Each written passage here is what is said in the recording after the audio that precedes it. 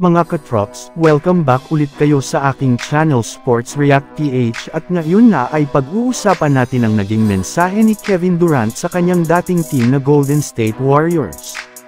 Pag-uusapan na rin nga natin ngayon dito sa ating panibagong video ang balitang may hahabol pa nga daw sa Los Angeles Lakers na dalawang bagong player.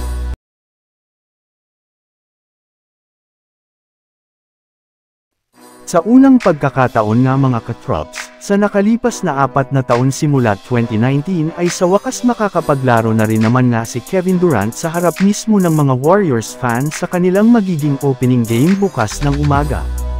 Kaya marami na ngang mga fans ng Warriors ang excited na dito since magkakaroon na sila ng tribute sa kanya matapos ang ibinigay nitong 2 championship sa kanilang prangkisa.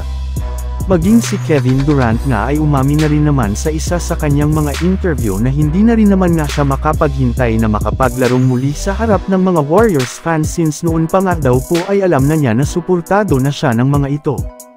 Kaya mahal nga niya ang kanyang dating kupunan. Excited na rin naman nga siya na makasama ang mga taong itinuturing niya ng pamilya sa prangkisa ng Warriors.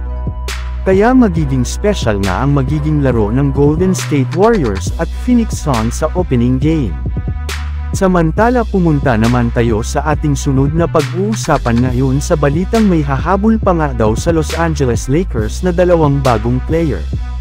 Alam naman nga po ninyo mga katrops, na hinahanda na nga ng Lakers ang kanilang lineup para sa kanilang opening bukas ng umaga kontra sa Denver Nuggets. Pero sa kabila nga niyan ay meron parang naman nang nagtanong sa kanilang superstar na si LeBron James kung kailan nga ba ito magre-retiro sa NBA. Yes, aminin man nga natin sa hindi, papalapit na rin naman nga ang pagtatapos ng career ni LeBron sa loob ng liga. Pero bago pa man nga yan mangyari ay inamin nga nito na kailangan muna nga daw niyang makasama sa iisang team at sa loob ng court ang kanyang 2 anak na si Bronny James at Bryce James.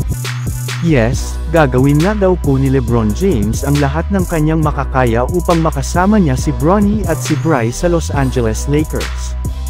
Kaya silang dalawa na nga ang tinutukoy natin na hahabol sa Lakers sa mga susunod na taon sa NBA. Pero syempre mas nakatuon parang naman nga ang buong Lakers ngayon sa kanilang magiging revenge game laban sa Denver Nuggets.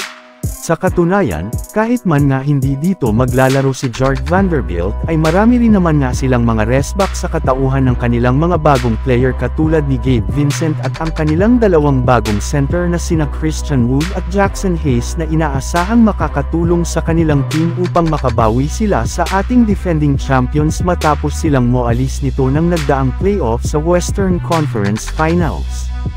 So yun lang nga mga katrops ang handog ko sa inyong storya ngayong araw. Sana nag-enjoy kayo. Please like and subscribe my YouTube channel Sports React PH para sa iba pang storya at update patungkol sa NBA. Kita-kits muli sa ating susunod na video.